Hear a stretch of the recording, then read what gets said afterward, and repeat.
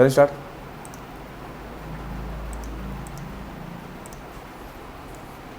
चलो last class में हमारे बॉन्ड चल रहे थे। बॉन्ड मेरे कंप्लीट हो गए थे।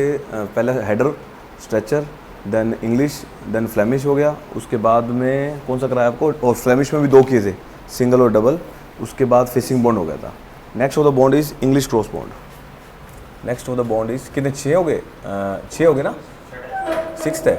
6th is English cross bond. English cross bond. Photos भी तो डाउनलोड करनी थी इसकी। चलो लिख लो, इकट्ठे डाउनलोड करके दिखा देंगे। This is the modification of English bond. This is the modification of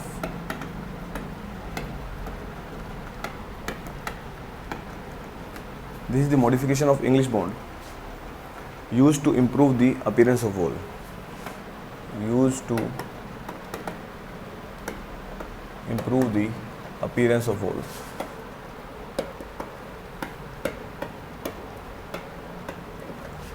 Used to improve the appearance of wall.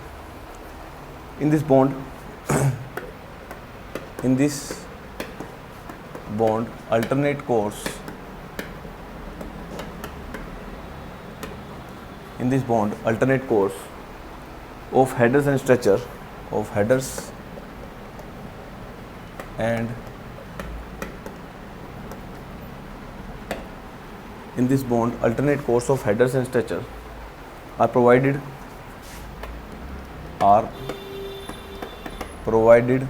as a English bond. Provided as a English bond. Queen closures are placed. Queen closures are placed next to Q&A header. Next to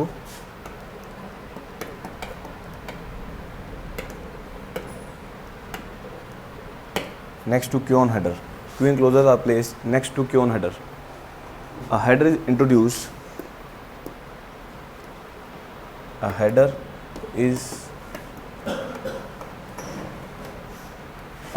is introduced next to the Q&A stretcher. Next to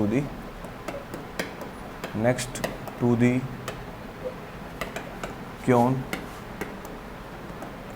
stretcher.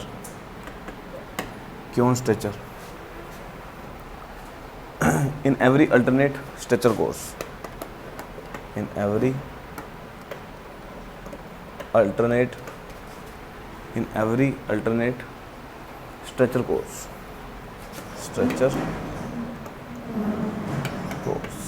लिख लो इसको।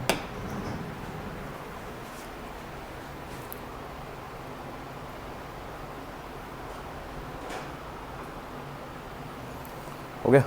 चलो next of the bond is, अब लिखवा रहा हूँ पहले एक बार, बाद में फोटो से भी दिखा दूँ आपको, ठीक है ना। Next of the bond is 6th के बाद 7th बॉन्ड लिखिए। 7th लिखिए brick on edge wall.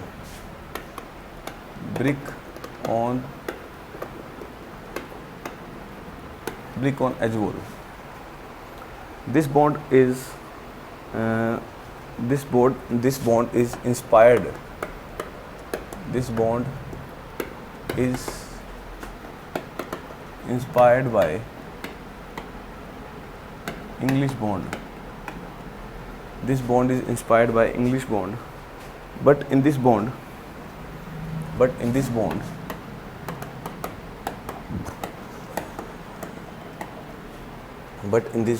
stretchers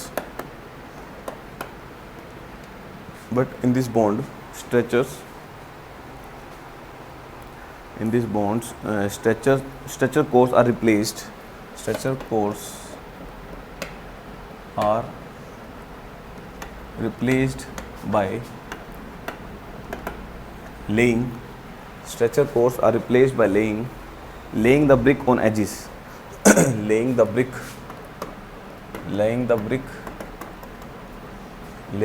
on edges. Laying the brick on edges, and the header cores are laid on the brick. And header cores and the header course are laying the bricks on edges and the header course are laying laid लिख लो, are laid on the bricks, are laid on the bricks, laid on the bricks. Second point, queen closure is provided, queen closure are provided after Q-on header, after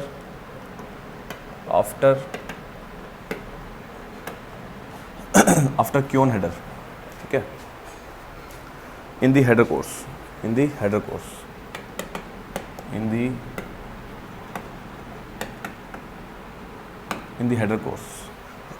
Next, third point, this type of bond is weak in strength. This type of bond are weak in strength. This type of bond are weak in strength, but economical,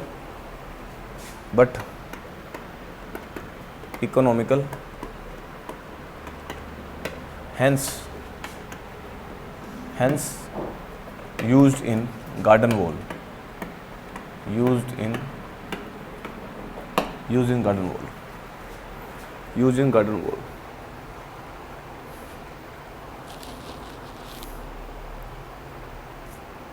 चलो इसकी photos एक बार रोक के मैं देख लेता हूँ, 2 bond हो गए हैं, तो ये सारे लिखवा दूँ तो टाइम ज़्यादा हो जाएगा। चलो साथ साथ देख लेते हैं फ़ोटो, 1 मिनट रोकते हैं।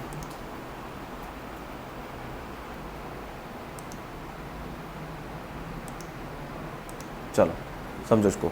नेक्स्ट होता bond is English cross bond. English cross bond क्या होता है? This is the modification over the English bond. अब इंग्लिश बॉन्ड बताओ क्या होता था, बोलो इंग्लिश बॉन्ड में क्या किया था?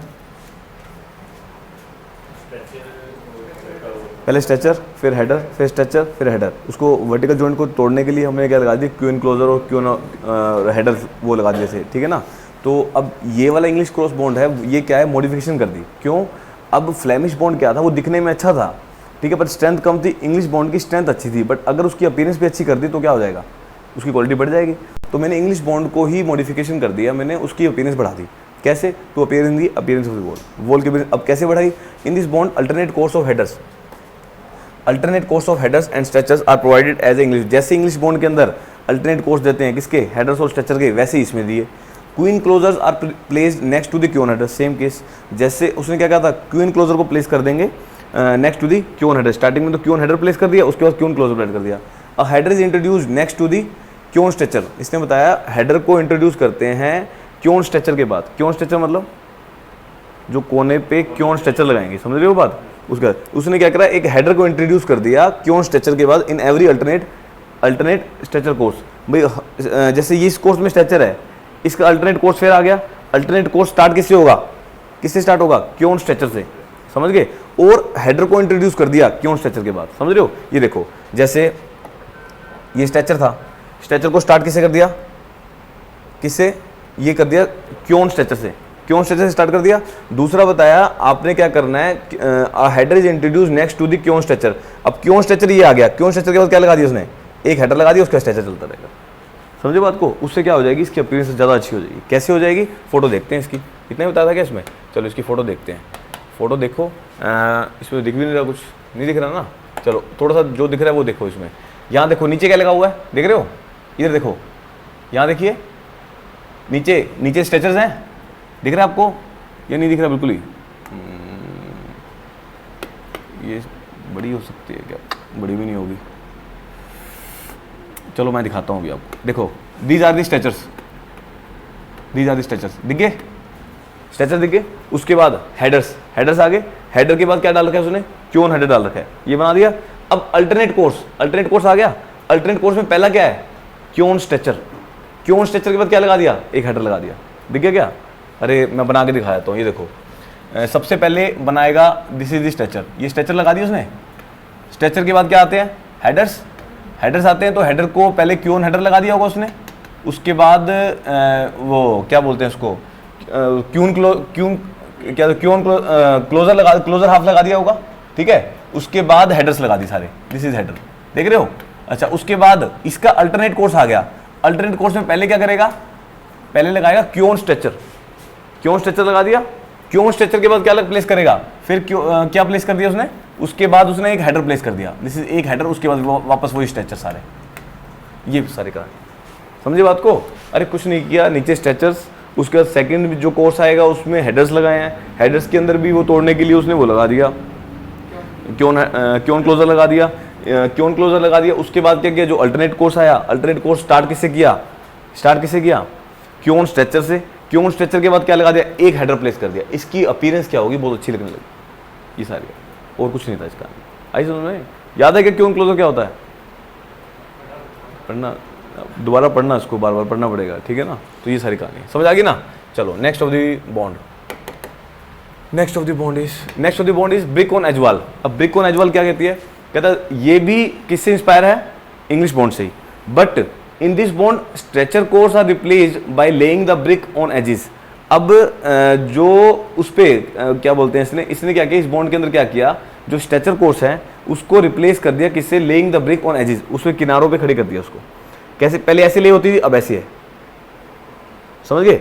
अब क्या किया, laying on edges and header course are laid on the brick, उसके ऊपर क्या प्लेस कर दिया, हेडर कोर्स, ऑब्वियस सी बात है हेडर आ जाएगा उसके ऊपर।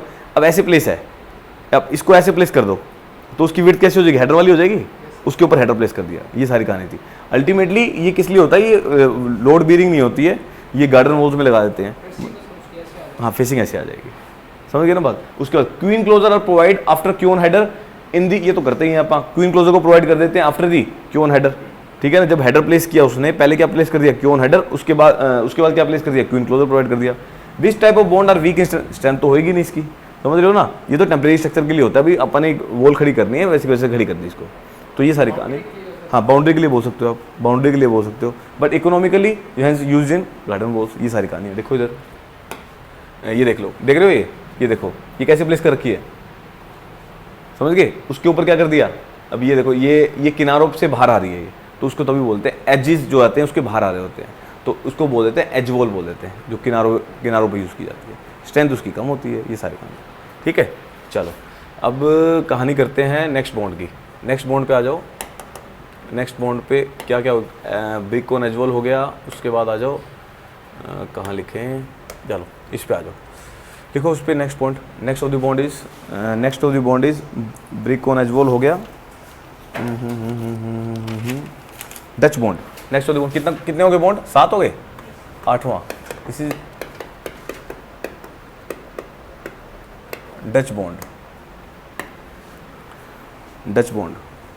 This is the another modification of, this is the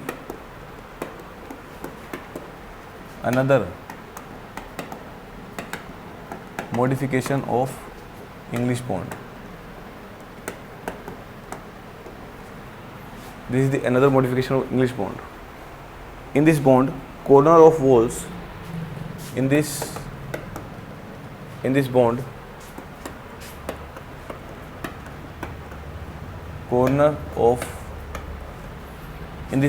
corner of wall are strengthened by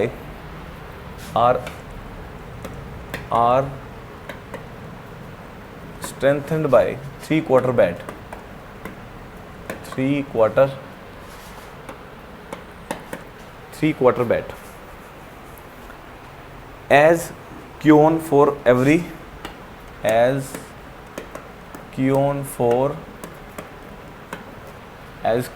every course, every alternate course, for every alternate course. First point. Second point पे आ जाओ। alternate course are of headers and stretchers. alternate course are of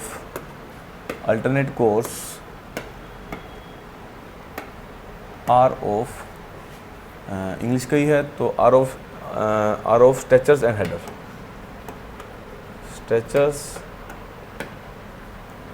and and headers. Alternate course of stretchers and headers are provided as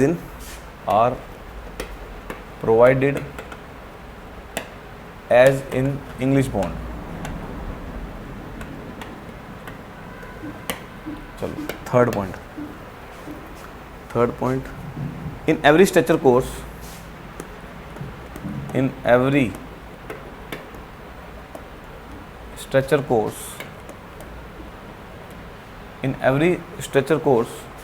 header placed next to the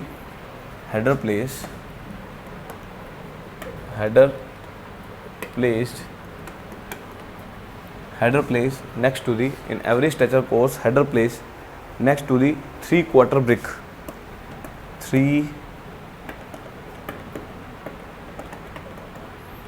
Three-quarter brick क्यों? चलो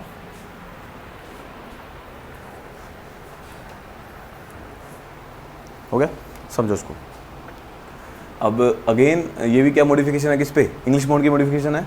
इसके बाद बताया जो corner of the walls है, अब corner होंगे walls के, अब कॉर्नर पे क्या लगाते हैं? क्यों हेडर या क्यों स्ट्रेचर लगाते हैं. बट यहाँ पे क्या रिप्लेस कर दिया? यहाँ पे 3/4 बैट लगाएंगे. समझे? 3/4 बैट मतलब जो तीसरा चौथा हिस्सा जो काट देंगे इसमें, थर्ड फोर्थ हिस्सा जो उसमें कट कर देंगे, उस पर वहाँ लगा देंगे as a queen of every alternate course. ठीक है. नेक्स्ट बताया alternate course are of stretchers and header. जो अल्टरनेट कोर्स होंगे किसके होंगे? स्ट्रेचर और हेडर के होंगे as a English bond. In every stretcher course header place next to the 3/4 brick point. इसका बताया हर स्ट्रेचर कोर्स में क्या बताया इसने, जो हेडर प्लेस करेंगे किस पे? Next to the 3/4 brick. पहले 3/4 ब्रिक आ गई, फिर हेडर प्लेस कर दिया, फिर स्ट्रेचर्स आएंगे सारे सारे. समझे बात को? तो ये सारे कहानी. अब देखो इसको देख लेते हैं. इसको देखो, इसको दिस इज द वैल्यू. कहाँ है डच बॉन्ड? है क्या इसमें? This is Dutch bond. यहाँ देखो, यहाँ पे मेंशन है भी सही का नहीं. ठीक है. ये देखो, ये क्या बता रखा है इसने हेडर तो प्लेस किया नहीं. इसने हेडर प्लेस नहीं किया. चलो देखो एक बार, पहले क्या दे रखा है यहाँ पे? पहले क्या है? स्ट्रेचर्स हैं सारे, उसके बाद क्या है? हेडर्स, फिर अगेन स्ट्रेचर्स, फिर अगेन हेडर्स. इसने क्या बोला था आपको? जब स्ट्रेचर कोर्स जब स्टार्ट करोगे तो क्या लगा दोगे? 3/4 बैट लगा दोगे, तीसरा चौथा हिस्सा ईट का ये लगा दिया. इससे क्या हो गया? अलाइनमेंट क्या होगी इसकी? टूट गई. तो अलाइनमेंट क्या होगी इसकी? टूट गई. नेक्स्ट बताया इसने एक और बात बताई है, alternate course of stretchers and headers are provided as English bond. In every stretcher course header place next to the 3/4 brick. अब इसके बाद इसको एक हेडर कोर्स भी लगाना था. यहाँ पे मेंशन नहीं है, बट यहाँ पे क्या करना था? एक हेडर प्लेस करना था इसको अल्टरनेट कोर्स में, और कर भी रखा है. ये रहा, देखो ये कोर्स हो गया. इसके बाद ये कोर्स देख रहे हो, ये रहा, दिस इज द कोर्स. दिख गया क्या? This is the course. ये हेडर ये प्लेस कर रखा है इसमें. फिर अल्टरनेट कोर्स पे आ जाओ. ये नहीं है, इससे अल्टरनेट कोर्स पे आ जाओ, फिर अगेन हेडर. समझ गए? बिल्कुल कर रखा है, मैंने देखा नहीं. देखो यहाँ पे दोबारा समझो, ये है डच बॉन्ड. डच बॉन्ड के अंदर क्या बताया मैंने बताया भी अल्टरनेट कोर्स क्या होंगे? स्ट्रेचर और हेडर के होंगे. ओके. अब अल्टरनेट कोर्स में जो स्ट्रेचर आएंगे, स्ट्रेचर स्टार्ट किससे होगा? 3/4 बैट से होगा. अब 3/4 बैट किसमें? अब हर अल्टरनेट कोर्स ऑफ स्ट्रेचर में एक हेडर प्लेस करेंगे. किसमें? स्ट्रेचर के, ये किसके बाद? इसके बाद किसके बाद? 3/4 बैट के बाद. 3/4 बैट है, ये क्या आ गया? हेडर आ गया. अब नेक्स्ट में कुछ भी नहीं आएगा, उसका अल्टरनेट कोर्स अगेन क्या आ गया? फिर हेडर आ गया. एक हेडर को प्लेस कर देना है किसके बाद? 3/4 बैट के बाद. और 3/4 बैट कैसे यूज करना है? एज अ क्योन यूज करेंगे. अब समझ गए? एज अ कोना यूज करेंगे उसको, जो 3/4 बैट है. देखो these are the 3/4 bat, these are the 3/4 bat. यही लिख दो, सारा समझ आ जाएगा सारा. This is the header. Header in alternate course, header in alternate. समझ आ गई ना? चलो next of the bond is 8 हो गए, 9th. 8 हो गए, 9th. बस अब खत्म हो जाएंगे ये. हाँ, 9th of the bond is racking bond. ये थोड़ा सा बड़ा है, ये कर लेते हैं. This is racking bond, colour white. चलो लिखो इसको. दिस इज दी अनदर, इसमें लिखो आप, this bond is used in thick walls. This bond is used in thick walls. This bond is used in thick wall. In this type of the bond,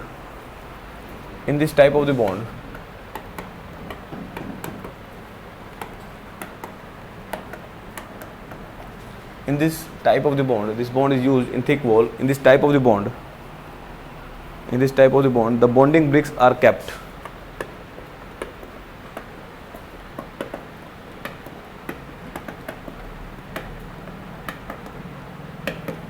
The bonding bricks are kept at an inclination,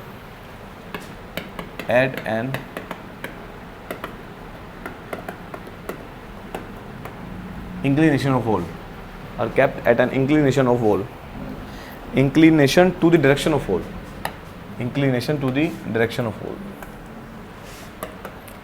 to the direction of wall, to the direction of wall, to the direction of wall. Next, due to this longitudinal stability, due to this longitudinal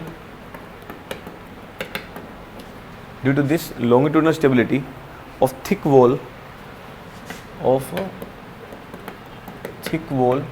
increases. Thick wall increases. Next point लिखो. These bricks are arranged in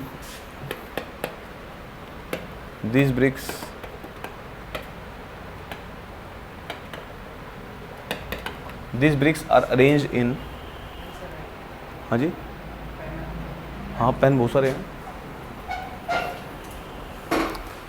नहीं तो bag के ऊपर वाली pocket में देख लेना, तो टेबल पड़ी होगी.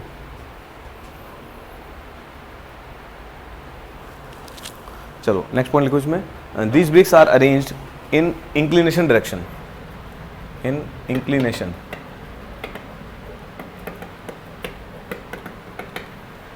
These bricks are arranged in inclination direction in the space between the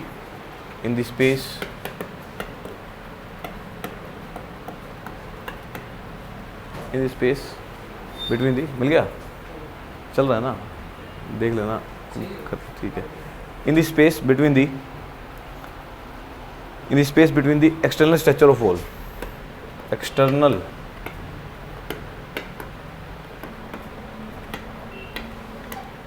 structure of wall. The raking or inclination,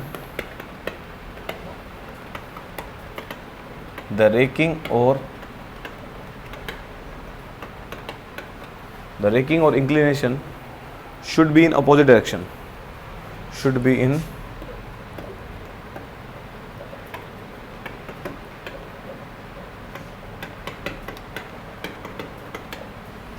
opposite direction. In alternative course of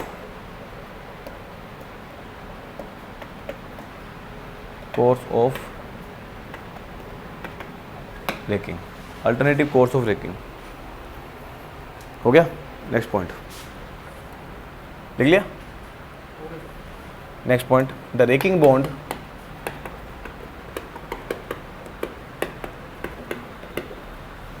bond is not provided in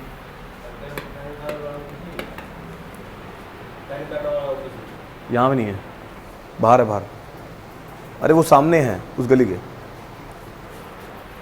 the racking bond is not provided in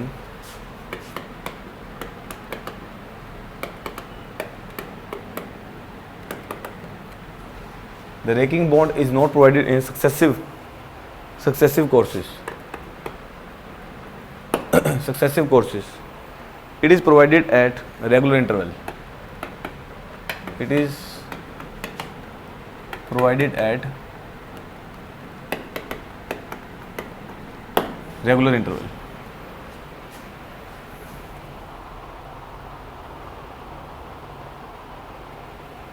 Next is regular interval of 4 to 8 courses.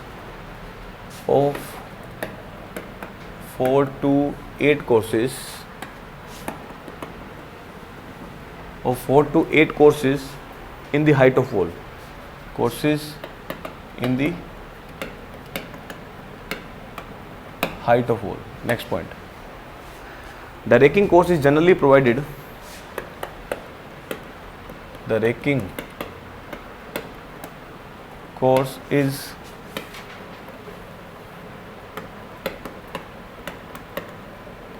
The racking courses is generally provided between two structure cores of wall, between two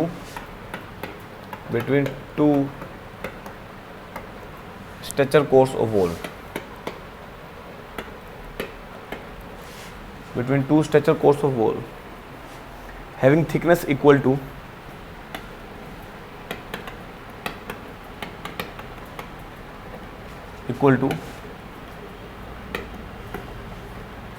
even multiples,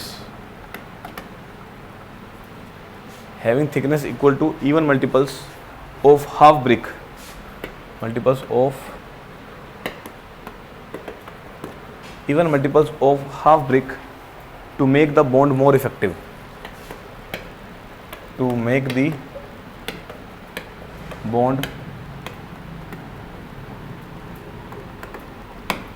more effective. Next point हो गया ये. Next is these are further of two types. These are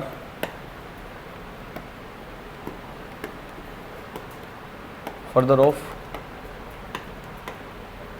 two types. पहली diagonal and second herring. Diagonal and herring. ये सारी कहानियाँ.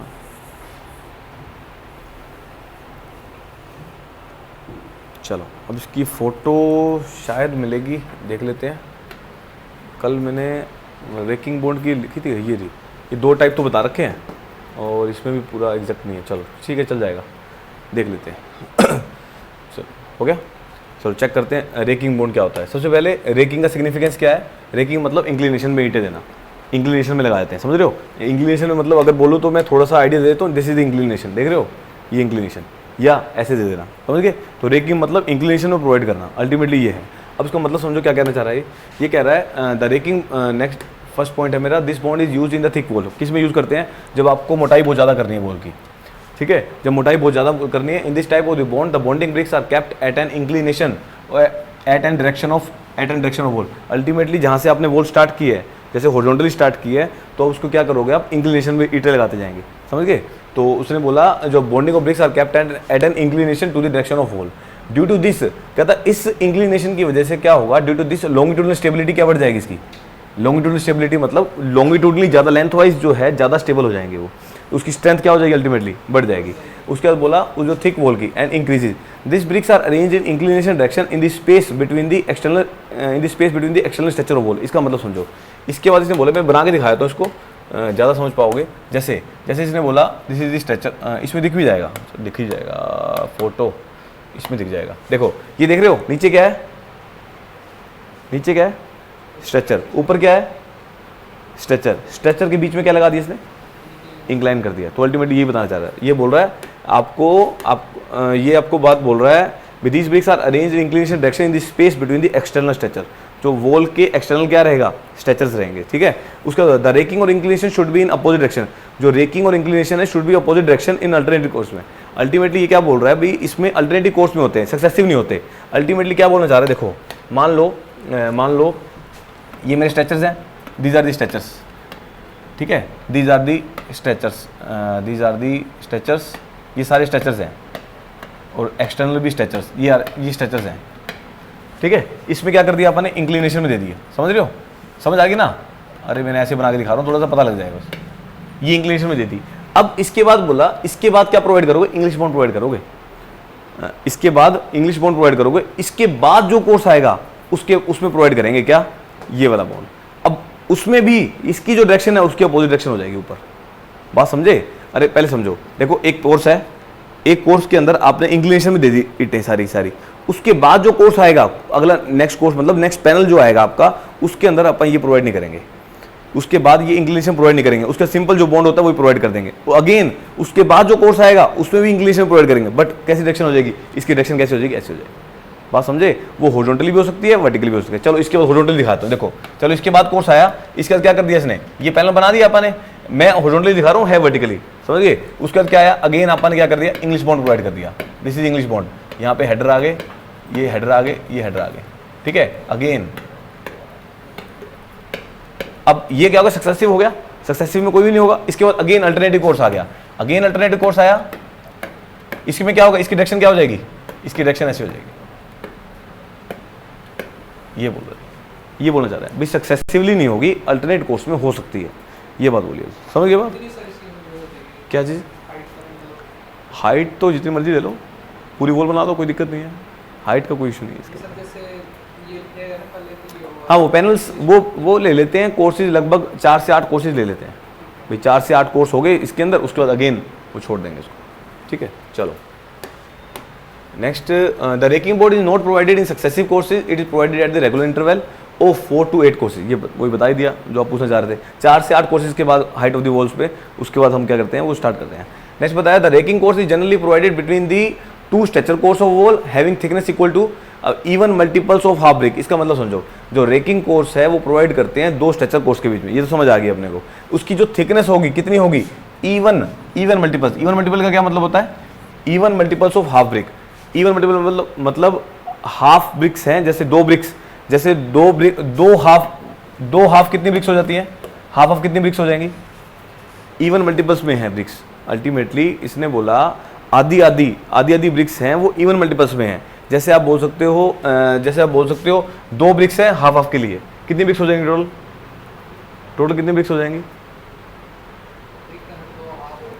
2 half हो गए ना, 2 हाफ 1 ब्रिक होगी, अरे 1 ब्रिक होगी, हाँ 2 ब्रिक्स हैं हाफ, ठीक है। दूसरा अगर 4 होती तो ये कितनी होती,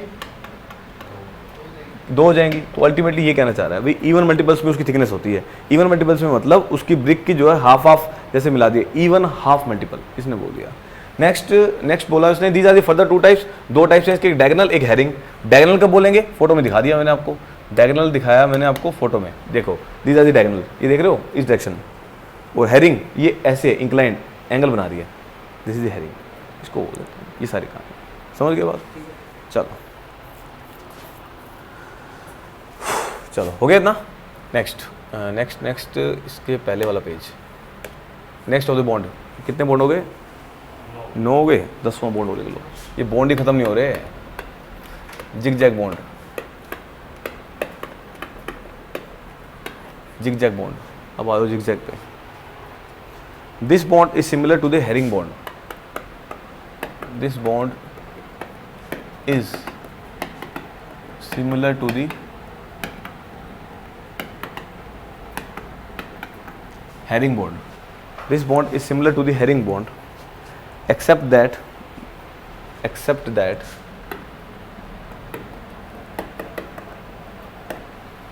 this bond is similar to the herring bond, except that bricks are laid in zigzag pattern.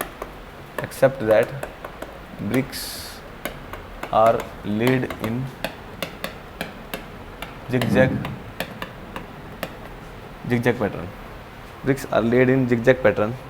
This bond commonly used for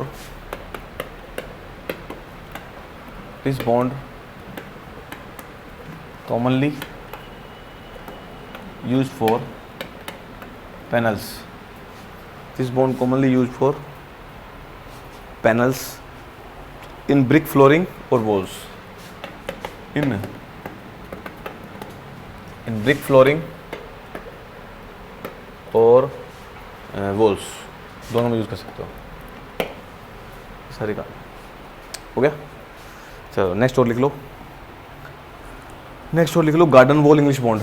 ये लास्ट ही है शायद ना, एक और है इसके बाद, यहीं लिख दूँ क्या, अगला पेज पे कर लूँ? चलो अगला पेज लिख लेते हैं। नेक्स्ट लिख लो garden wall English bond,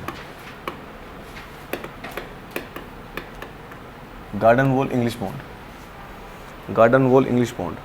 In this bond, the header course is provided. In this bond, the header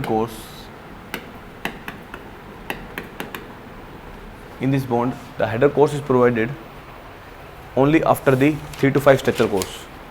Only after the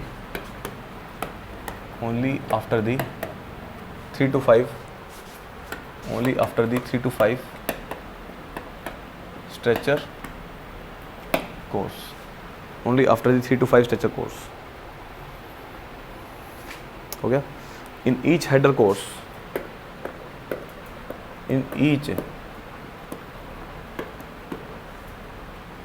each header course a Kion header is provided. A Kion header is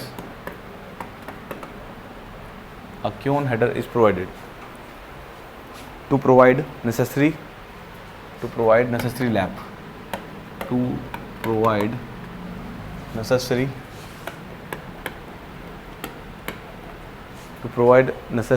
lap in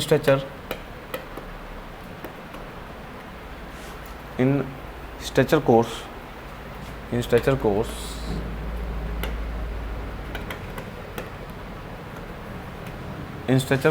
Kion header are placed in alternative course.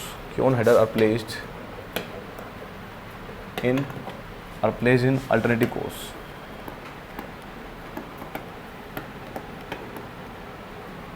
इसकी photo शायद नहीं है, कर लेंगे download, हो ही तो ठीक है, अच्छी बात है.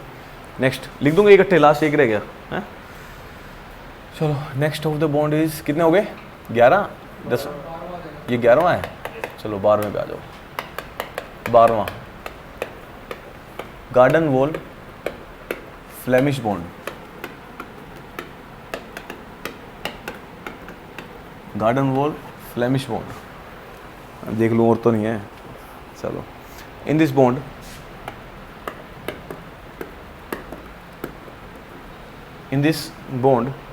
each course contain in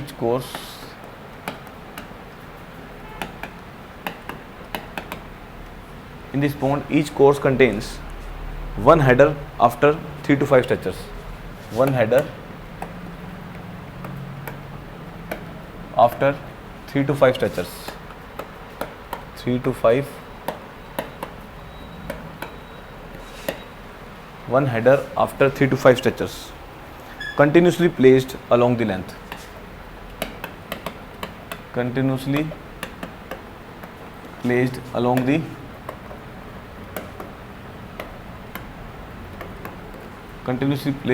the length.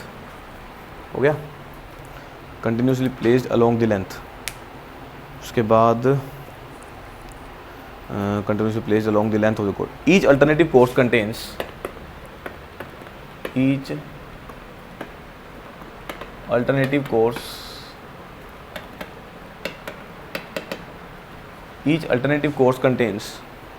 a 3/4 brick.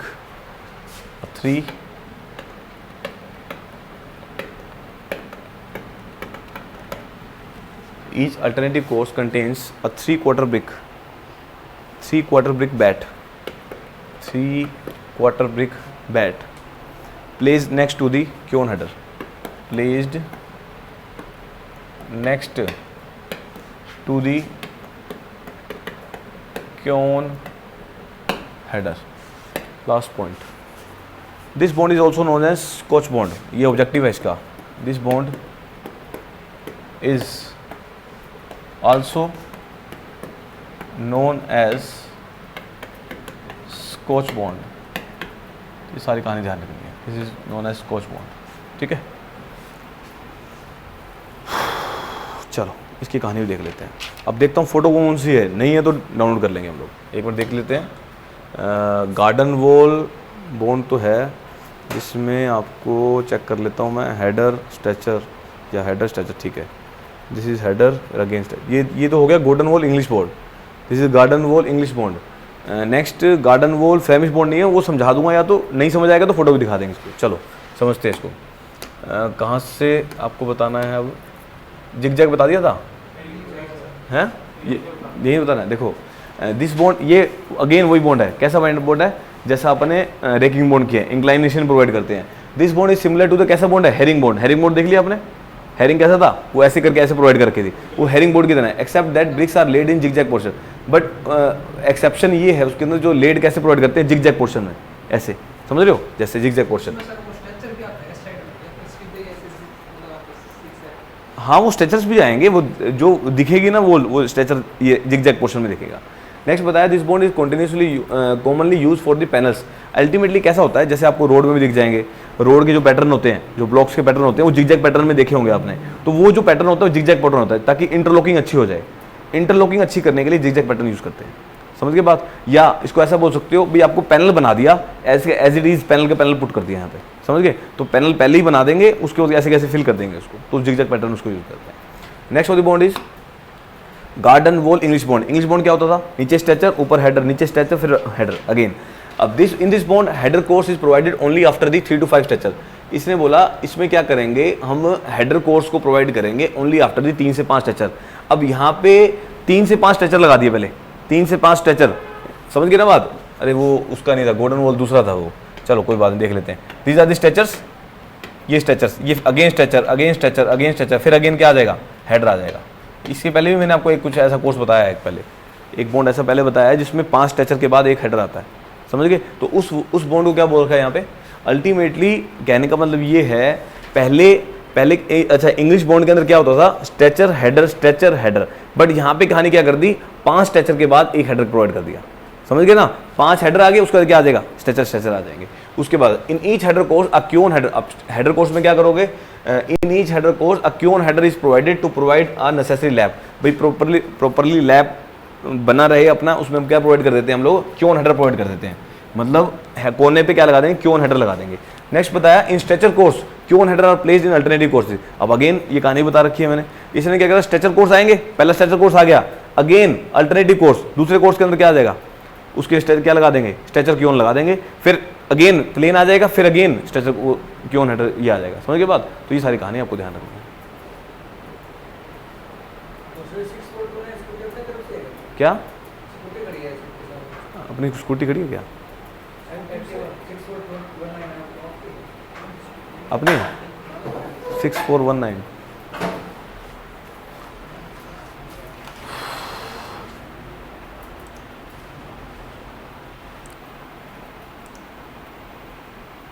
चलो इतनी कहानी समझ आ गई।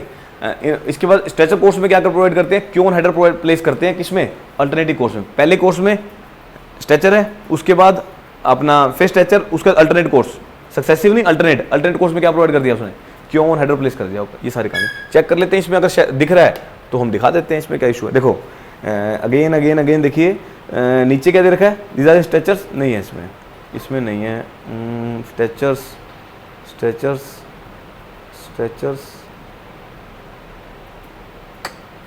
स्ट्रेचर, ये तो इंग्लिश बॉन्ड की टाइप, ये नहीं है, गार्डन वॉल बॉन्ड नहीं, ये इंग्लिश वाला नहीं है।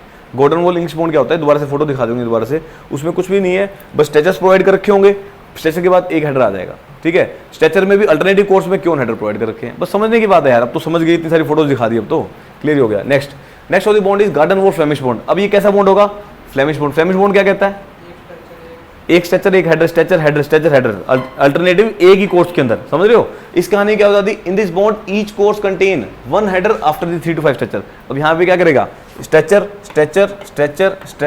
फिर हेडर, समझिए बात को, बात समझ गए ना। तो इन this bond each course contains 1 header after the 3 to 5 stretchers continuously placed along the length, each alternative course contains a 3। अब हर अल्टरनेटिव कोर्स पे 3 क्वार्टर ब्रिक यूज कर ली इसने, 3 quarter bat is placed next to the queen header. ये सारी कहानी बता दी, समझ गए। पहले तो क्योन हेडर, उसके बाद 3 क्वार्टर बैट यूज कर लिया वर्टिकल अलाइनमेंट को तोड़ने के लिए उसकी। Next this bond is also known as Scotch bond, ये ऑब्जेक्टिव है आपका, ऑब्जेक्टिव आया हुआ, इसको स्कॉच बॉन्ड बोल देते हैं। तो ये सारी कहानी है, अब पढ़ते जाओ, देखते जाओ, करते जाओ। अब ये नहीं है अब इतने सारे बॉन्ड करवा दिए आपको, अब कहानी समझ आने लगी होगी भाई करना क्या चाह रहा है, समझ गए ना। खुद ही उसको इमेजिन करो, उसको विजुलाइज करो, भाई ऐसे कर रखा हुआ है। ये सारी कहानी बार बार पढ़ो, ये सारी कहानी, ये सारे बॉन्ड खत्म हो गए आपके, ठीक है। चलो नेक्स्ट चैप्टर इसमें स्टार्ट कर दें, अभी तो 45 ही हुए हैं। चलो next of the chapter start करते हैं हम। Next of the chapter is rocks and stone. Next chapter start कर रहे हैं हम लोग, this is rocks and stone. अरे इसके बाद तो शायद फोटो थी, फोटो के आगे चलते हैं, तो यहाँ से स्टार्ट कर लेते हैं, उसको कट कर देते हैं। तो दिस इज, क्योंकि यह काटा मारता हूँ, दिस इज नेक्स्ट, हाँ उसमें कट कर लेना आप, next of the chapter is rocks and stones, rocks and stones.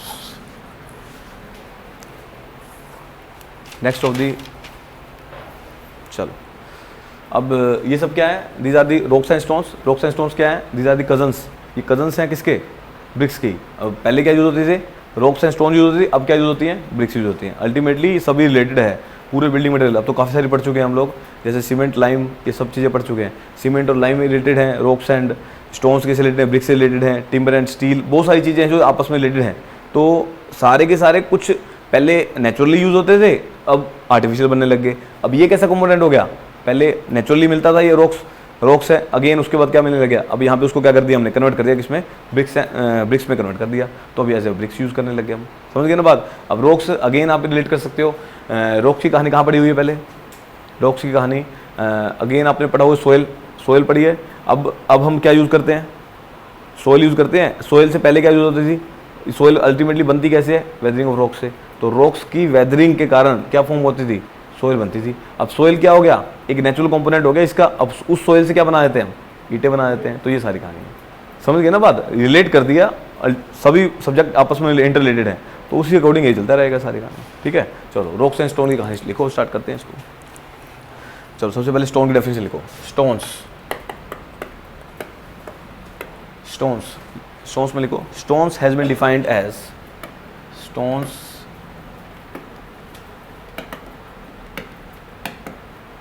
Stones has been defined as the natural hard substance, natural hard stones has been defined as natural hard substance from the minerals,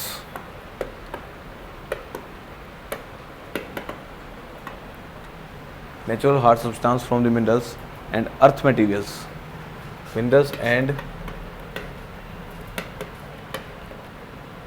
earth mineral and earth minerals। earth material लिखो, earth material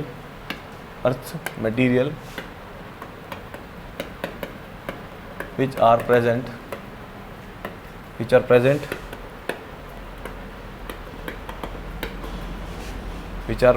in the rock,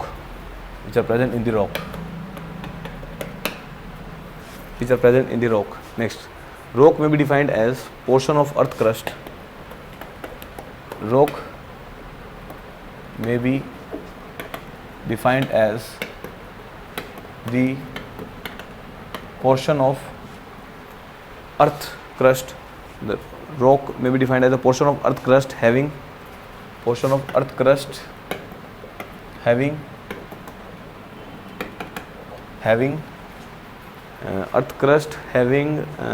having no definite shape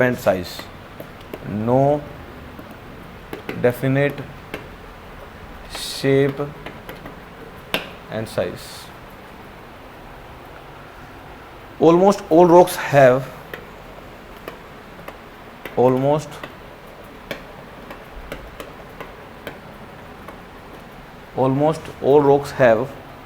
a definite chemical composition,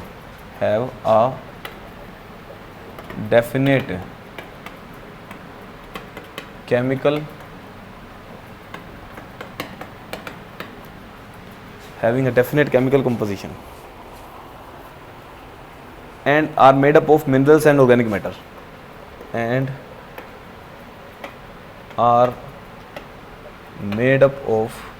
definite chemical composition and are made up of minerals and organic matters,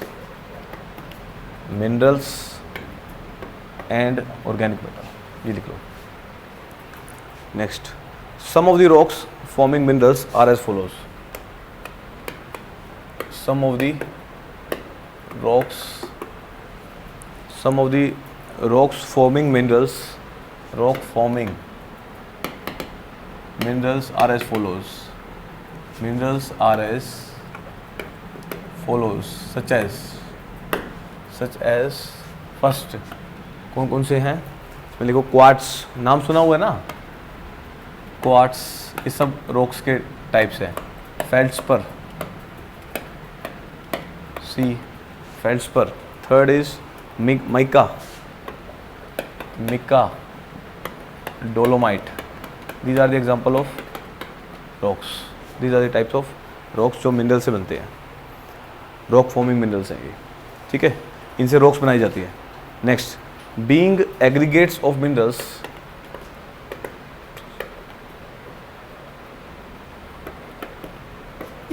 being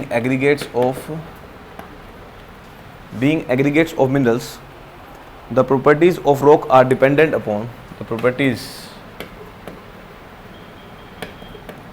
of rocks are dependent. Being aggregates of minerals, the properties of rocks are dependent. Properties of rocks are dependent upon the character of, depending upon the characteristics, depending upon the characteristics of mineral constituents, mineral constituents, characteristics of the mineral constituents, identified by physical properties, identified by physical properties, by physical properties. हो गया. Next, अब कौन कौन सी physical property है लिखवा दो पहले थोड़ा सा, और कोई प्रॉब्लम तो नहीं है. फिजिकल प्रॉपर्टी कौन कौन सी है? First is hardness, first is hardness. अब यहाँ से सवाल आया हुआ है, अभी इस हार्डनेस से ही अभी दिखाता हूँ आपको. It is the most important property, it is the most important, it is the most important properties, the most important property of rapid determination of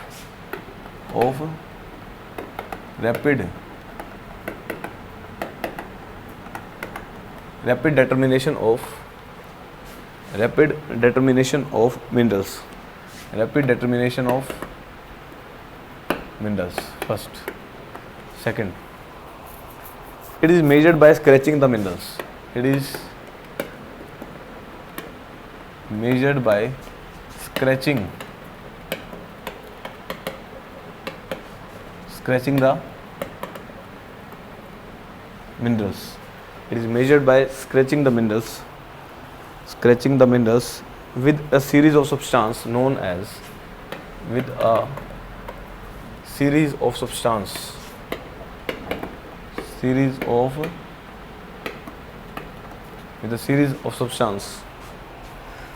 of known variation in hardness, of known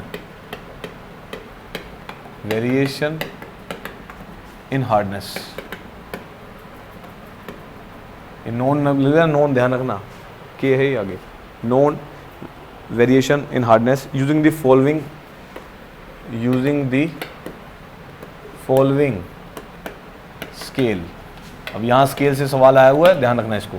अब एक chart बनवा रहा हूँ, इससे एक सवाल पक्का बनता है. चलो, ऑब्जेक्टिव आएगा इसका. अब लिख लो, पहले चार्ट ही बना लो साथ साथ, फिर पढ़ते हैं इसको. लिख लिया ना? चलो, this is the chart. This is the property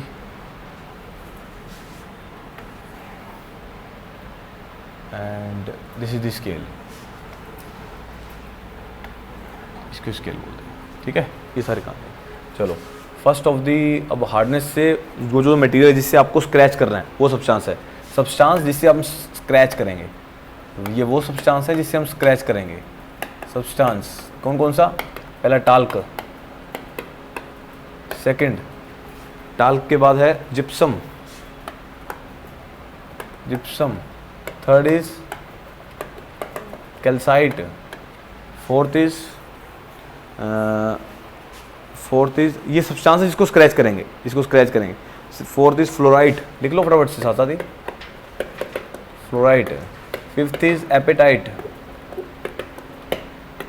sixth is orthoclase. Seventh is quartz. Quartz, 8th is topaz, 9th is sapphire, 10th is diamond. तो दीज आर दी मिनरल्स, ये मिनरल्स या सब्सटेंस हैं जिसको हार्डनेस की property देने हैं। So hardness की property कैसे फाइंड आउट करोगे? First, hardness can be easily scratched by thumbnail। Scale है इसका 1, स्केल है इसका this is 1, easily scratched by the thumbnail। Second, not scratched by thumbnail, not scratched by thumbnail but cut by knife, cut by knife। Calcite, calcite में लिखो, इकट्ठा ही लिख दिया क्या, 1 मिनट रुको। Talc, gypsum, 1 2। अच्छा ऐसा करना, ये कैल्साइट में लिखना, दीज आर देन, ये दोनों सेम में आएंगे, दिस इज सेम, ये सेम, ठीक है। 1 2 3, ये जिप्सम के लिए 2 है एंड इसके लिए 3 है, ये कैल्साइट में लिखना, ठीक है, कैल्साइट में। चलो उसके बाद है फ्लोराइड, सेकंड में नेक्स्ट आता है फ्लोराइड। फ्लोराइड में लिखो can be cut by knife, can be cut by knife with more difficulty, with more difficulty, जिसको फ्लोराइड बोलते हैं, with more difficulty than calcite, then calcite। appetite can be cut only with difficulty, ये भी हो गया, इसमें लिख दो more difficulty आ गया, हाँ, can be cut by knife with difficulty, थोड़ी सी डिफिकल्टी से काटा जाएगा। Next is orthoclase, can be cut with knife, can be cut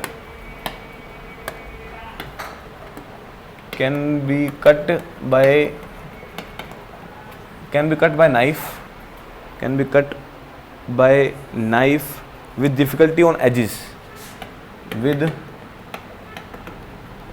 difficulty on edges, जो edges से नहीं कटा जा रहा।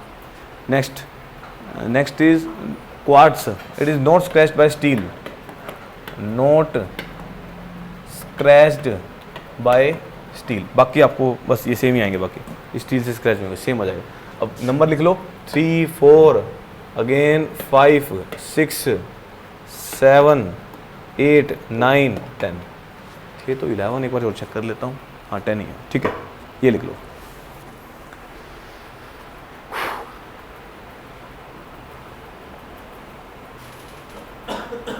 हो गया? अब देखो, अभी समझते हैं सभी को, सब समझ आ जाएगा।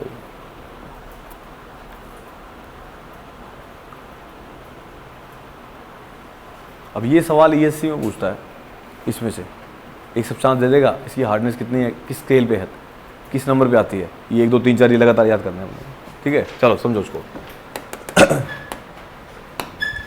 सबसे पहले क्या बताया, रॉक्स एंड स्टोन्स, इसकी कहानी बता दी थी भाई। स्टोन्स क्या होते हैं, वो एक नेचुरल हार्ड सब्सटेंस है, ठीक है। It is a natural hard substance from the minerals and earth material which are present in rocks. जो अर्थ के मटेरियल्स हैं उनसे स्टोन्स बनाए जाते हैं, जो कि हार्ड सब्सटेंस हैं।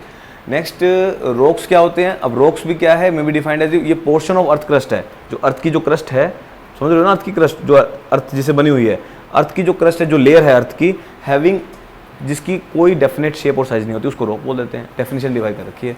Next, almost all the rocks have a definite. अब सभी की सभी रॉक्स की क्या है, केमिकल कॉम्पोजिशन है, सभी केमिकल्स में आर मेड अप ऑफ, किससे बने हुए हैं, मिनरल्स और ऑर्गेनिक मैटर से बने हुए हैं। अच्छा, इसको रिलेट करते हैं, आपने सॉइल पढ़ी है, सॉइल में मैंने आपको कहा था भी जो रॉक्स हैं वो बनी हुई है मिनरल से बनी हुई हैं। वो कौन सी रॉक्स होगी, ऑर्गेनिक मैटर से बनी हुई है, वो कौन सी रॉक्स होगी, वो सॉइल कौन सी होगी, हाँ माल सॉइल थी, वो बनी हुई थी ना उससे।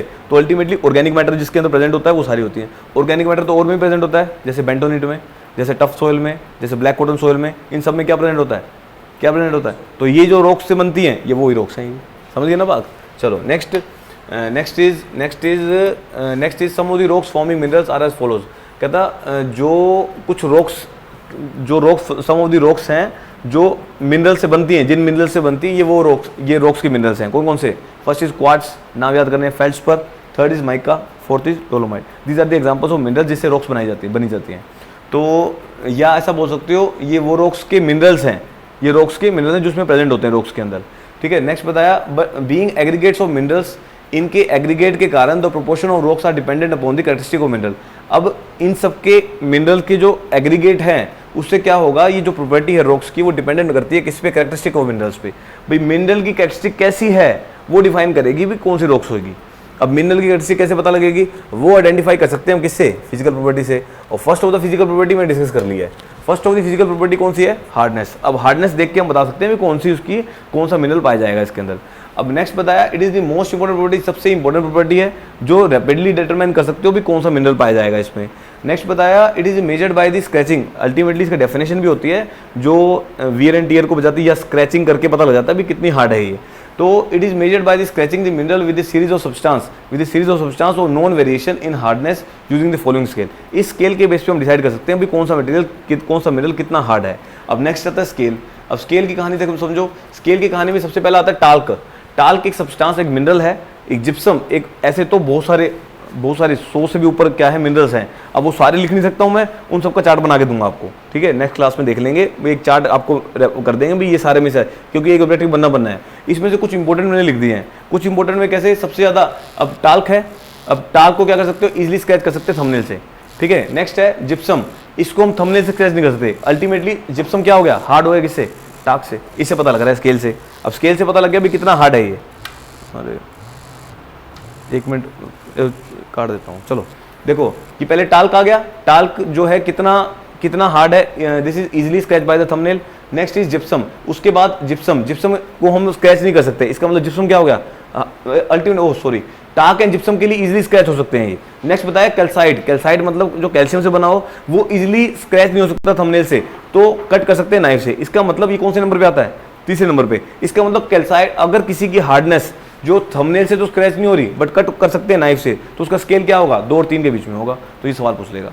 तो कौन सा ज़्यादा हार्ड है, कैल्साइट हार्ड है। नेक्स्ट उसका है फ्लोराइड। फ्लोराइड का क्या है, can be easily cut by the knife with more difficulty than the calcite. उसके बाद एपेटाइट। ये सारे मैंने पॉइंट्स लिख दिए हैं, इसी को स्केल में बांटना है तो कौन सा सबसे हार्ड होगा, ये सारे के सारे मिनरल्स हो जाएंगे। तो ये आपको लाइन वाइज याद करने हैं 1 to 10 तक। तो ये इजीली मैंने आपको एक लाइन बना के दे दी है, जैसे quartz, then topaz, then sapphire, then diamond. Diamond सबसे ज़्यादा हार्ड हो जाएगा, समझ गए। डायमंड सबसे ज़्यादा मिनरल हार्ड है तो उसको आप कट नहीं कर सकते, तो वो कौन से नंबर पे आएगा, 10वें नंबर पे आएगा। तो पहले से लेके 10 स्केल तक आपको एक डिफाइन कर दिया अभी कौन सा स्केल किस में आएगा, ये सारी कहानी समझ गए बात। चलो नेक्स्ट होता प्रॉपर्टी। नोट डालो, हो गया, नोट डालो। If a given substance is crashed by, note में लिखवा दें क्या, चलो लिख लो ये भी। इफ अ given substance is scratched by, if a given substance is scratched by fluorite, not by calcite, fluorite and not by calcite। कोई भी गिवन सब्सटेंस है जिसको स्क्रैच किया सब्सटेंस से, वो सब्सटेंस कौन सा है, कैल्साइट और फ्लोराइड। अब कौन सा हार्ड हो जाएगा इसमें, वो स्क्रैच हो पा रहा है फ्लोराइड से बट क्या आ जाएगी, but note by the calcite, तो हार्डनेस इन दोनों के बीच में आ जाएगी, समझ गए। तो अल्टीमेटली ये बता दिया। नेक्स्ट होता property.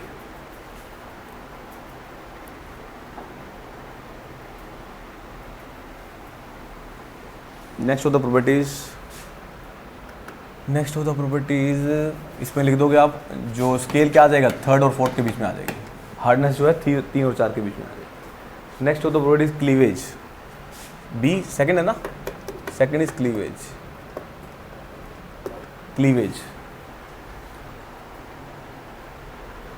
It is the it is the measure of capability of, it is the measure of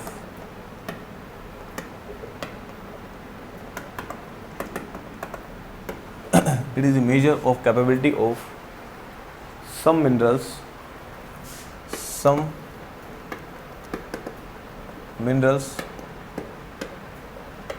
to split, some minerals to split along the certain plane, split along the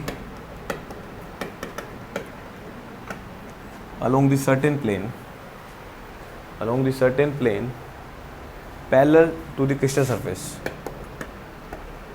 parallel to the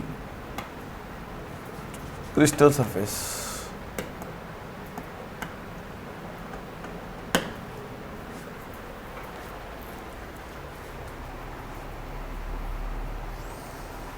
चलो next is streak. अब छोटी छोटी सारी लिख लो.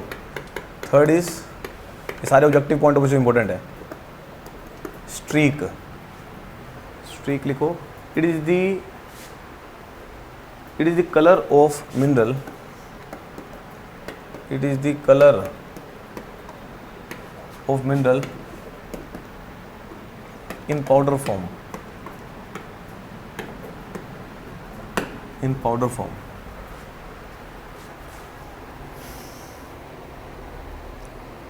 Next is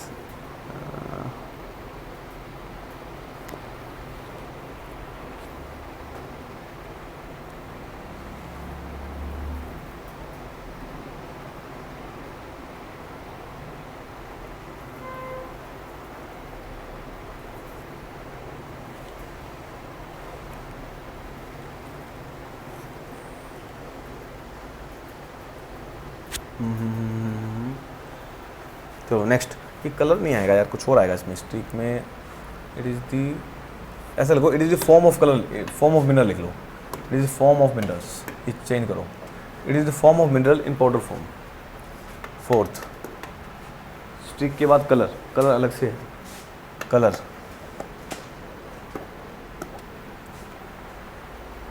colour, it is used for metallic minerals. It is used for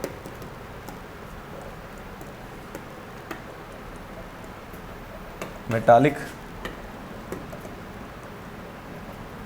it is used for metallic minerals, but for non metallic mineral, but for non metallic minerals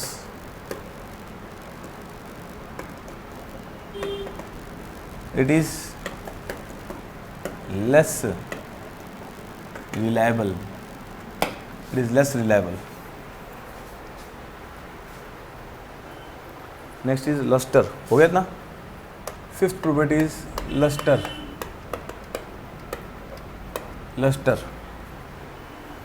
it is the shine on the surface of mineral. It is the shine on the surface of mineral. It is the shine on the surface of mineral and its appearance under, and its appearance under, and its appearance under reflected light, reflected light. Next, sixth is crystal. Next is crystal. The crystal form is of important. The crystal form is important when, the crystal form is important when a mineral has had the, when a mineral has, when a mineral has had the opportunity to develop the, opportunity to develop the natural shape, the natural shape.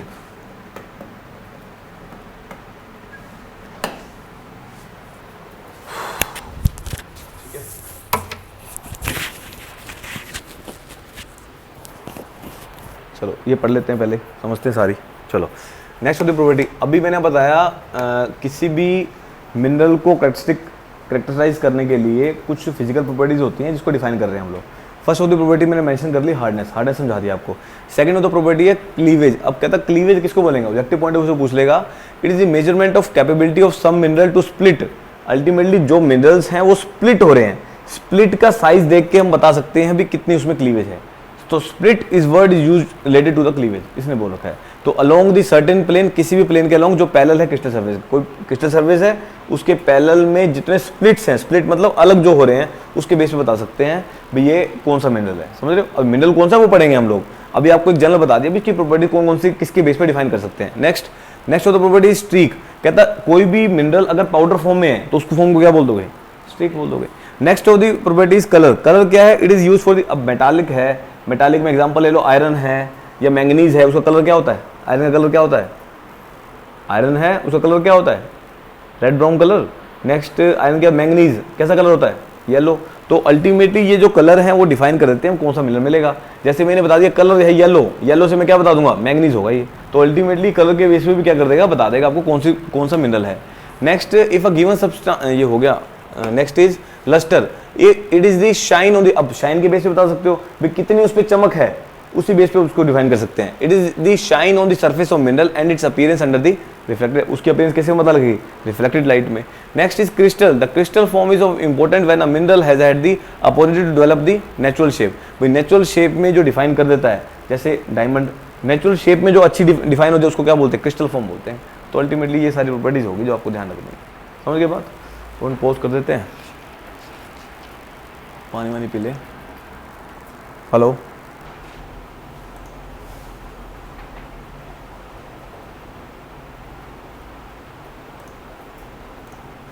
चलो next of the topic is rocks की classification है। Next of the topic is classification of rocks. अब यहाँ से भी एक सवाल बनता है, classification of rocks. First is rocks.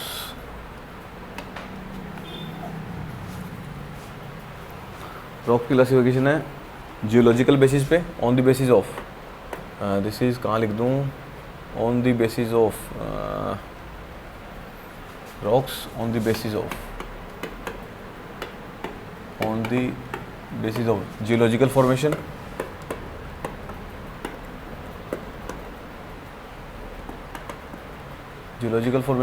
physical characteristics, chemical characteristics, physical chemical, ठीक है। अब जियोलॉजिकल फॉर्मेशन के बेस पे कौन कौन सी हैं, कैरेक्टरिस्टिक के बेस पे और केमिकल के बेस पे, सारे पढ़ लेते हैं हम। First is on the basis of geological. First इसको शुरू कर रहे हैं हम। This is on the basis of geological formation, geological formation के बेस पे। First is igneous rock.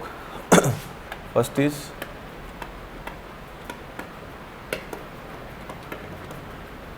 igneous rocks. It is also known as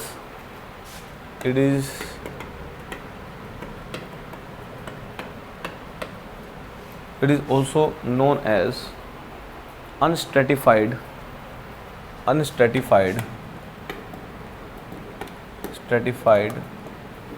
eruptive. It is also known as unstratified eruptive rocks of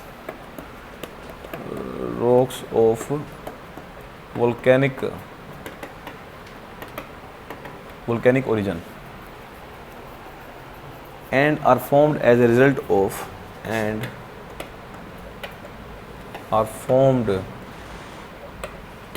as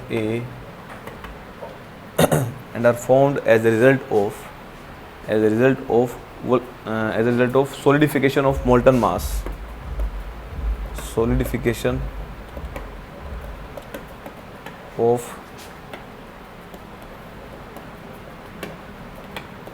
molten mass lying below or above the earth, lying below or above the earth mass, lying below or above the earth. हो गया. Example granite, राह्योलाइट,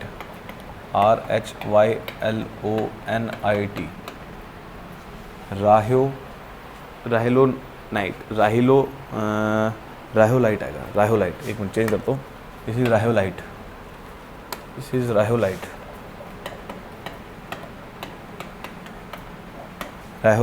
granite, राह्योलाइट and बहुत सारे नाम है इसके भी. Peridotite, this is peridotite. Next is, और example बताऊं, एंडेसाइट. हो गया एंडेसाइट. के बाद है नेक्स्ट इज गैब्रो. हाँ, ये सब एग्जांपल्स हैं.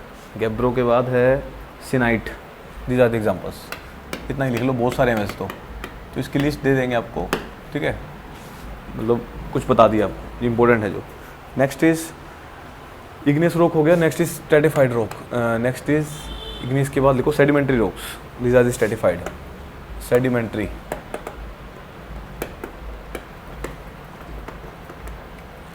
next is sedimentary rocks. These are also known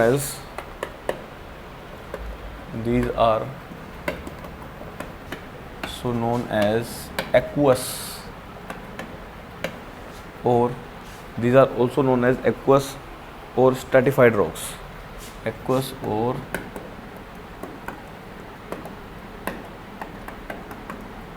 stratified rocks. Next is the various weathering agency. Example, the various weathering agencies such as air, water, weathering agencies such as air, water, sun, gravity, ice, etc.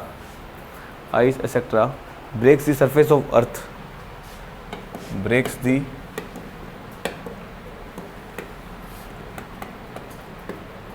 surface of earth leading to the breaks the surface of the earth and leading to the formation of these rocks, leading to the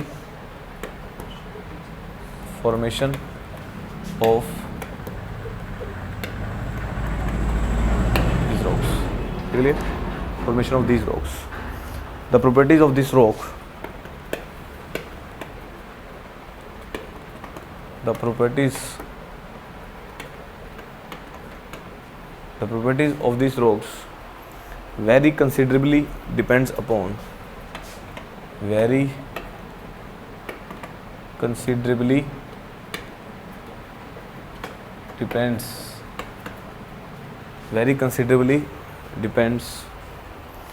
upon the nature of sediment, upon the nature of sediments and type of bond between them, and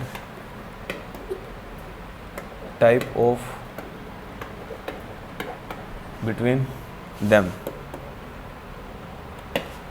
bond between them. Example is gypsum, magnesite,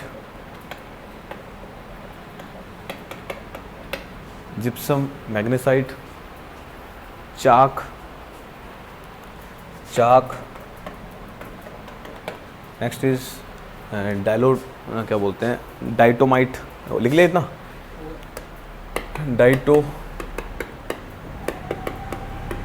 डाइटोमाइट. Next is limestone.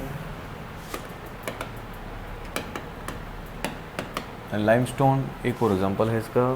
This is tripoli. These are the example. थोड़े से नाम ऐसे अटपट हैं, पढ़ने पड़ेंगे, कोई इलाज नहीं है उनके पास। Tripoli. Next of the type is metamorphic rocks. ये दोनों का मिक्सचर है, मेटामॉर्फिक, जो दोनों से बनता है, किस किस से, एग्नियस और सेडिमेंट्री से। लिखो इसके बारे में, these are formed from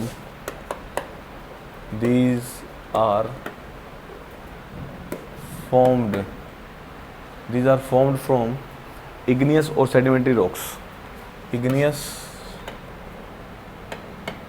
or sedimentary these are formed from igneous or sedimentary rocks as a result of action of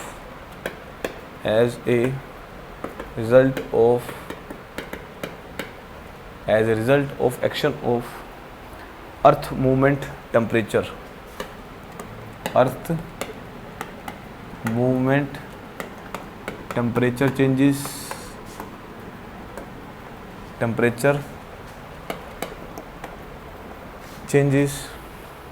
and liquid pressure etc.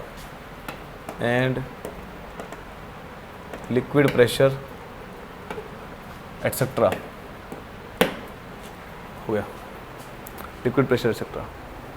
चलो एग्जाम्पल, इसके एग्जाम्पल लिख लो। एग्जाम्पल है इसके ग्रेनाइट, इसका जो क्या बनाता है ये, ग्नेसिस,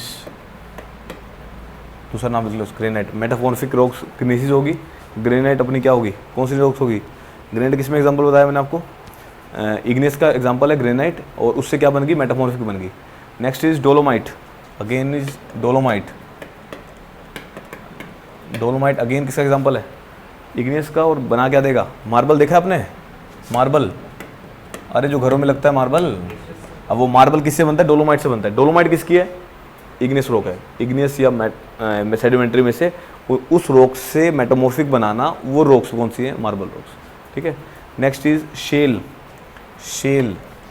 is also the example of, इससे क्या बनती है, स्लेट। तो these are the examples metamorphic rocks के जो एग्जाम्पल्स हैं ये।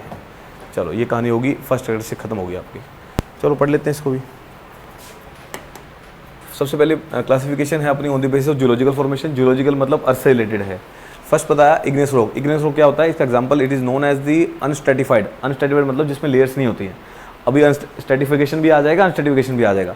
अनस्ट्रेटिफाइड eruptive rocks of volcanic origin, जहाँ पे भी वोल्केनोज होते हैं, जहाँ पे लावा निकलता है, समझ रहे हो, वहाँ से जब जैसे ही वो सॉलिडिफाई होगा, जो रॉक्स बनेंगी उसको क्या बोल देंगे, इग्नेस रॉक। समझ गए बात। First is it is also known as unstratified eruptive rocks of volcanic origin and are formed as a result of solidification of molten mass. जो लावा निकलता है ज़मीन में से, जो वो सॉलिडिफाई होते ही जो रॉक्स फॉर्म होती हैं, इग्नेस रॉक बोलते हैं इसको। वो बिलो भी हो सकता है, अबव भी हो सकता है। एग्जाम्पल क्या है, granite, rhyolite, peridotite. This is example कौन सा है। Next of the example is andesite, gabbro, syenite. These are the examples. याद करने हैं थोड़े से, कुछ मतलब एक जनरल इन्फॉर्मेशन पता हो भी इसके अंदर आते हैं। जैसे ग्रेनाइट है, बहुत जनरल एग्जाम्पल है, वो आपको ध्यान रखना है इसको। Next is sedimentary rocks. These are also known as aqueous और स्ट्रेटिफाइड रॉक्स, जिसमें लेयर्स प्रेजेंट होती हैं, उसको बोलते हैं सेडिमेंट्री रॉक्स। अभी फोटोज भी दिखा दूंगा आपको। Next is the various weathering agencies. अच्छा, अब ये किससे बनता है, ये वेदरिंग एजेंसी से। वेदरिंग एजेंसी कैसे, जैसे एयर का फ्लो, जैसे वाटर के कारण जो जैसे रॉक्स फॉर्मिंग होती है, समझ रहे हो ना बात। अरे हवा आई, रॉक्स जो टूट के जाएगी, जो एजेंसी से जो इसके थ्रू जो बनेंगी वो सेडिमेंट्री रॉक्स होंगी। अब weathering agency such as air, water, sun, gravity, ice break क्या कर देंगे, सरफेस ऑफ द अर्थ को ब्रेक कर देंगे। जो अर्थ की सरफेस है उसको ब्रेक कर देंगे और क्या फॉर्म कर देंगे, leading to the formation of rocks. The property of this rocks very considerably depend किस पे करेगा, ये नेचर ऑफ सेडिमेंट पे डिपेंड करेगा, और types of bond between them, इन दोनों के बीच में जो बॉन्ड है उस पर डिपेंड करेगा। फॉर एग्जाम्पल जैसे gypsum, magnesite, chalk, these are the example किसके हैं, these are the example of sedimentary rocks. These are the example of sedimentary rocks. और डाइटोमाइट, अभी इन्वायरमेंट में फिल्टर जब लगाएंगे, फिल्टर पढ़ लिया हमने, फिल्ट्रेशन पूरा पढ़ लिया, पूरा नहीं हुआ ना। फिल्ट्रेशन प्रोसेस है, फिल्ट्रेशन प्रोसेस में एक हम फिल्टर मीडिया लगाएंगे, डाइटोमाइट बोलते हैं इसको, जिसके अंदर जो किस रॉक्स या मिनरल से बना होता है वो डाइटोमाइट होती है। This are use as a filter media use होता है। नेक्स्ट इज लाइमस्टोन, ट्राइपोली, ये सारे एग्जाम्पल हो गए इसके। Next of the rocks is metamorphic. Metamorphic क्या होगी, जो इग्नियस और सेडिमेंट्री से बनती हैं। अब as a result of action of earth movement, जब अर्थ की मूवमेंट होती है, टेम्परेचर चेंज होते हैं, उसके कारण क्या होता है, इग्नियस और सेडिमेंट्री रॉक्स में चेंज आता है, और वो किसको फॉर्म कर देगा, लिक्विड प्रेशर, और लिक्विड प्रेशर के कारण तो वो क्या फॉर्म कर देता है अपना मेटामॉर्फिक रॉक्स। जैसे एग्जांपल ग्रेनाइट इग्नियस रॉक थी, इससे क्या बन गई, ग्नीसिस बन गई। जैसे डोलोमाइट बन गई, डोलोमाइट से क्या बन गया, मार्बल बन गया। जैसे शेल थी, उससे क्या बन गई, स्लेट बन गई। तो these are the metamorphic rocks, इसके एग्जांपल्स हैं, इग्नियस और सेडिमेंट्री के बता दिए आपको, ठीक है। तो ये सारे एग्जांपल्स हो गए। Next of the characteristics on the basis of physical characteristics.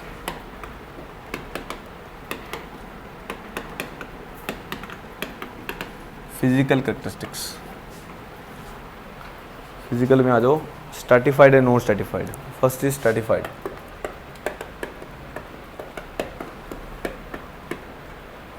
Stratified shows the distinct layers, shows the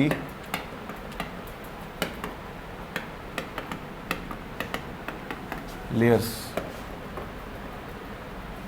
shows the distinct layers along which the rocks can be split,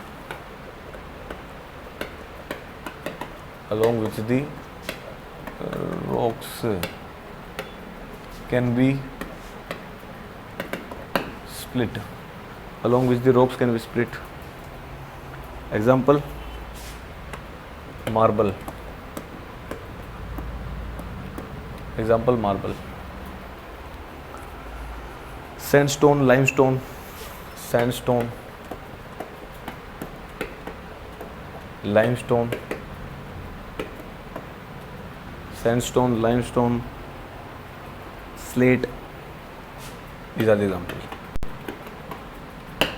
Second, non stratified or unstratified. Non stratified or unstratified. They do not show any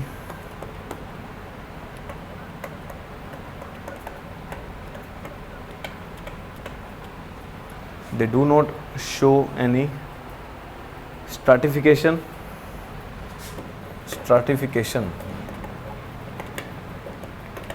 and cannot be and cannot be easily split into layers. Cannot be split, can be split into layers. Cannot, can be लिख दिएगा, cannot भी आएगा. This is cannot be split into layers. Example, granite,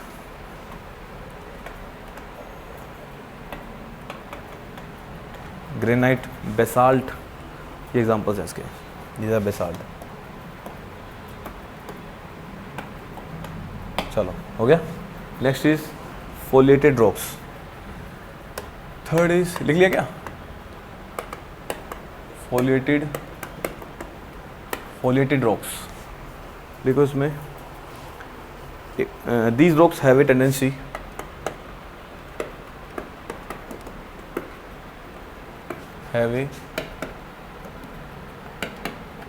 these rocks have a tendency to split up in definite direction, to split up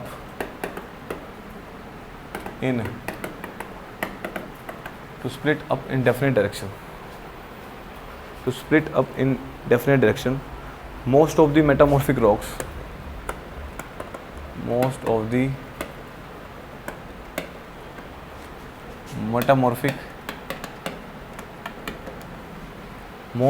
metamorphic rocks have a foliated structure, have foliated structure। चलो अगली लिखवा दो, एक बार खत्म करते हैं इसको। Next, based on chemical characteristics. Third,